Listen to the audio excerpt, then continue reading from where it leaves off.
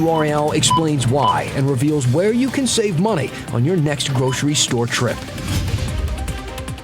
New numbers released today show inflation is slowing down, yet it's still showing up on your receipt at the grocery store with rising prices. Hello, and thank you for joining us. I'm Deborah Morgan. And I'm Dan Haggerty. I think we've all noticed it at the store. Oh, yeah. Take a carton of eggs, for instance, from Walmart. We compared the price today from the price back in March, and it turns out you'll be paying about $3.68 more now than you were back then. Bread, for instance, a little better, but still going up 24 cents for a loaf. WRAL's Matt Tallhelm joins us now live with where you can save and what's behind all these price increases. Matt?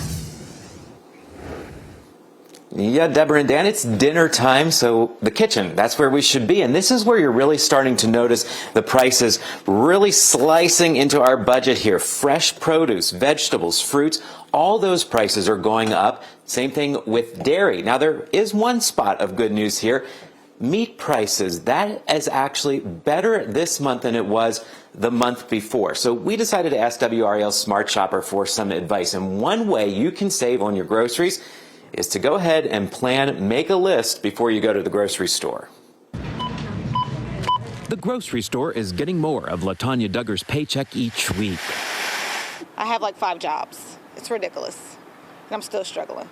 I have 3 kids, single mom. She's cut down on the delicacies that end up in the cart to feed her family. They're doing noodles. They're doing lunch meat. They're doing sandwiches. They're doing whatever it is that they can put something in their belly and still survive. Grocery prices are up 12% in a year and 0.5% in a month. WRAL has been tracking prices of some grocery staples for more than a year and a half. We filled up our cart with orange juice, eggs, ground beef, bread, apples, bananas, and a 12-pack of Bud Light. Back in April, that bill added up to $33.74. Today, the same cart cost us $38.61. That's an increase of $4.87 in 8 months. The good news is that there's still a lot of really good deals out there every single week. WRAL Smart Shopper Faye Prosser tracks those deals. She says your family can save on groceries by planning meals ahead of time and shopping around.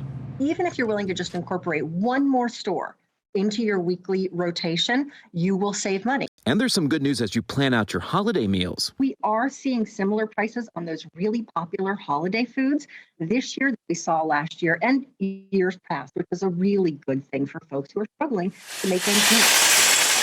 Jennifer Olson's family expects inflation to raise the cost of their Christmas gathering this year. That we've, as a family, the bigger family, have all decided that we have what we need and we're going to spend the time together as opposed to spend money on gifts. And you have to remember, it costs money to get all of these items to the grocery store, and diesel fuel prices still remain high. I talked to an economist from UNC Charlotte who says that's a big reason for the inflation at the grocery stores. He does say that if the Fed interest rate hikes continue and that slows down inflation, we could see those prices at least stop going up. They won't go down by the end of next year, late into 2023. Of course, you can always find some more tips about saving money on groceries by going to WRAL.com and searching for Smart Shopper.